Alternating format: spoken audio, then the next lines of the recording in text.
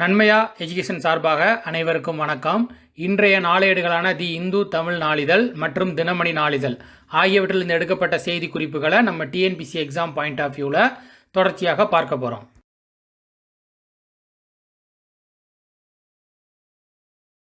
முதலாவதாக தேசிய செய்திகளில் பார்த்தீங்கன்னா பிராம்ப் அப்படிங்கிற சர்வதேச மாநாடு நடக்க இருக்குது. அது குறித்து தான் பார்க்க போகிறோம். என்ன அப்படின்னு பார்த்தீங்கன்னா, புதிய தொழில் நிறுவனங்களை தொடங்குவதற்கு யாருக்கெல்லாம் விருப்பம் இருக்கோ அவங்களுக்காக நடைபெறக்கூடிய மாநாடு தான் இந்த ப்ராரம்ப் அப்படிங்கிற சர்வதேச மாநாடு. இது எப்போ நடக்க இருக்குது அப்படின்னு பார்த்தீங்கன்னா, ஜனவரி 15, 16 அந்த தேதிகளில் நடைபெற இருக்குது. இது என்ன அப்படின்னு பார்த்தீங்கன்னா, ஸ்டார்ட் அப் இந்தியா இன்டர்நேஷ்னல் தான் இந்த மாநாட்டுக்கு இந்த பெயரை வச்சுருக்காங்க. ஸ்டார்ட் அப் இந்தியா மாநாடு கடந்த 5 ஆண்டுகளுக்கு முன்பாக தொடங்கியிருக்காங்க. அதனுடைய மாநாடு தான் இந்த ப்ராரம்ப் அப்படின்னு சொல்லக்கூடக்கூடியது. இதில் இளைஞர்கள் பெரும் அளவில் கலந்து கொள்ள வேண்டும் அப்படிங்கிறத நம்முடைய பிரதமர் நரேந்திர மோடி அவர்கள் தெரிவிச்சிருக்காங்க. அடுத்ததாக பார்த்தீங்கன்னா, நம்முடைய இந்திய கடற்படை பார்த்தீங்கன்னா மிகப்பெரிய பாதுகாப்பு பயிற்சியை நடத்திட்டு இருக்காங்க. அது குறித்தாக பார்க்க போகிறோம். என்ன அப்படின்னு பார்த்தீங்கன்னா, கடந்த 2011ஆம் ஆண்டு நவம்பர் 26ஆம் தேதி பார்த்தீங்கன்னா, மகாராஷ்டிரா மாநிலம் மும்பையில் பயங்கரவாதிகள் கடல் வழியாக தாக்குதல் நடத்தியிருக்காங்க. இதுக்கு பிறகு பார்த்தீங்கன்னா, கடலோர பாதுகாப்பை நம்ம அதிகப்படுத்தணும் அப்படிங்கிறத சொல்லி அதனுடைய கட்டமைப்பை மறுசீரமைப்பு பண்ணாங்க. அதனுடைய தொடர்ச்சியாக பார்த்தீங்கன்னா, இந்த பாதுகாப்பு பயிற்சிகளை அதிகப்படுத்த வேண்டும் அப்படிங்கிறத நோக்கத்துக்காக பார்த்தீங்கன்னா 2019ஆம் ஆண்டு முதல் முறையாக கடல் கண்காணிப்பு அப்படிங்கிற பேரில் இந்திய கடற்படை மிகப்பெரிய பாதுகாப்பு பயிற்சியை நடத்தினாங்க. இந்த பயிற்சியை 2 ஆண்டுகளுக்கு ஒரு முறை நடத்துறதுக்கும் திட்டமிட்டிருக்காங்க. இந்த பயிற்சி பார்த்தீங்கன்னா ஜனவரி 12, 13 ஆகிய தேதிகளில் நடைபெற இருக்குது. இதில் என்ன சிறப்பு அப்படின்னு பார்த்தீங்கன்னா, 13 கடலோர மாநிலங்கள் மற்றும் யூனியனில் இருக்கக்கூடிய பிரத்யேக இடங்கள்லையும் அதனை உள்ளடக்கிய 7516 கிலோமீட்டர் நீள கடற்படை பகுதிகள் மற்றும் பிரத்யேக பொருளாதார மண்டலங்கள் இந்த பயிற்சி மேற்கொள்ள இருப்பதாக சொல்லியிருக்காங்க. அடுத்ததாக பார்த்தீங்கன்னா, இக்னோ பல்கலைக்கழகத்துக்கு உயர் சிறப்பு நிலை தகுநிலையை கொடுத்துருக்காங்க. அது குறித்தாக பார்க்க போகிறோம். என்ன அப்படின்னு பார்த்தீங்கன்னா, இந்திரா காந்தி தேசிய திறந்தநிலை பல்கலைக்கழகம் தான் இக்னோ அப்படின்னு சுருக்கமாக அழைக்கப்படுகிறது.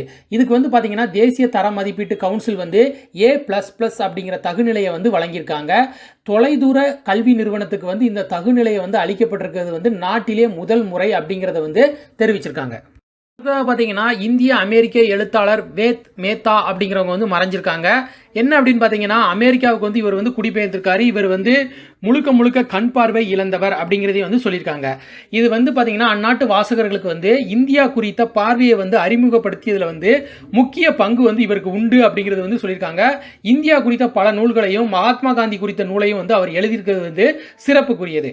அமெரிக்காவினுடைய பிரபல இலக்கிய கலை வார இதழான நியூயார்க் நகரில் அப்படிங்கிற அந்த பத்திரிகையில் பார்த்தீங்கன்னா 33 ஆண்டுகள் அதனுடைய ஆசிரியர் குழுவில் இணைந்து எழுதி வந்திருக்காரு அப்படிங்கிறது இவரை சிறப்புக்குரியதாக பார்க்கப்படுகிறது. அடுத்ததாக பார்த்தீங்கன்னா, நாட்டிலே முதல் முறையாக காகிதம் இல்லாத பட்ஜெட்டை நம்முடைய இந்திய நாடாளுமன்றம் இந்த ஆண்டு அறிமுகப்படுத்த இருக்காங்க. அது குறித்தாக பார்க்க போகிறோம். என்ன அப்படின்னு பார்த்தீங்கன்னா, நாடாளுமன்றத்தில் வரக்கூடிய பிப்ரவரி 1ஆம் தேதி பார்த்தீங்கன்னா 2021-22ஆம் ஆண்டுக்கான பட்ஜெட்டை மத்திய அரசு தாக்கல் செய்ய திட்டமிட்டிருக்காங்க. இது பிரதமர் மோடி தலைமையிலான 8வது பட்ஜெட்டாக இருக்கும். மத்திய நிதி அமைச்சர் நிர்மலா சீதாராமன் அவர்களுடைய 3வது முறையாக முழுமையான பட்ஜெட்டை தாக்கல் செய்ய இருக்காங்க.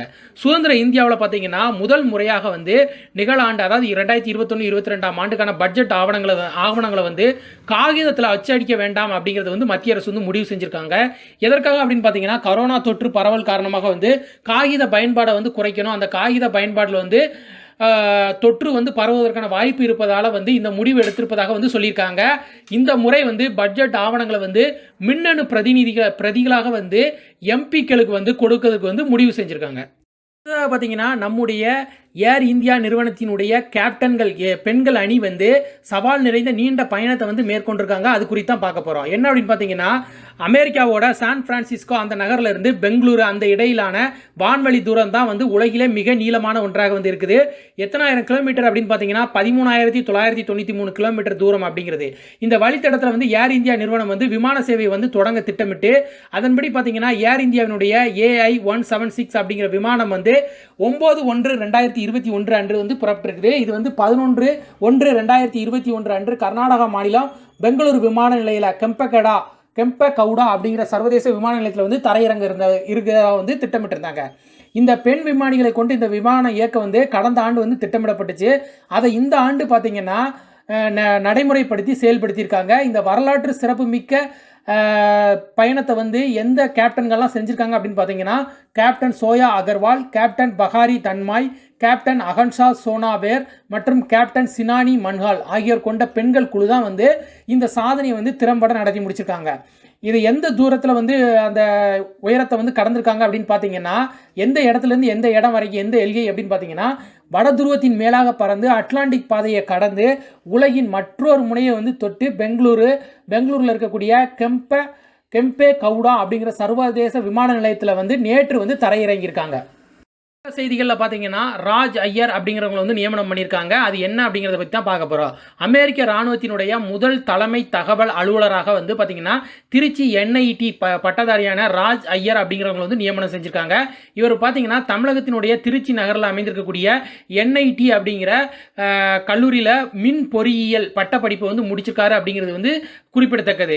இராணுவத்தில் பணியாற்றாத ஒருவரை வந்து பார்த்தீங்கன்னா முதல் முறையாக வந்து அமெரிக்க இராணுவம் வந்து தற்போது பார்த்தீங்கன்னா 3 நட்சத்திர தகுநிலை கொண்ட ஜெனரலாக வந்து நியமித்திருப்பது வந்து சிறப்புக்குரியது. சவுதி அரேபியாவில் பார்த்தீங்கன்னா நியோம் அப்படிங்கிற பேரில் வந்து நவீன நகரம் வந்து அமைக்க இருப்பதாக வந்து சொல்லியிருக்காங்க. அது குறித்து தான் பார்க்க போகிறோம்.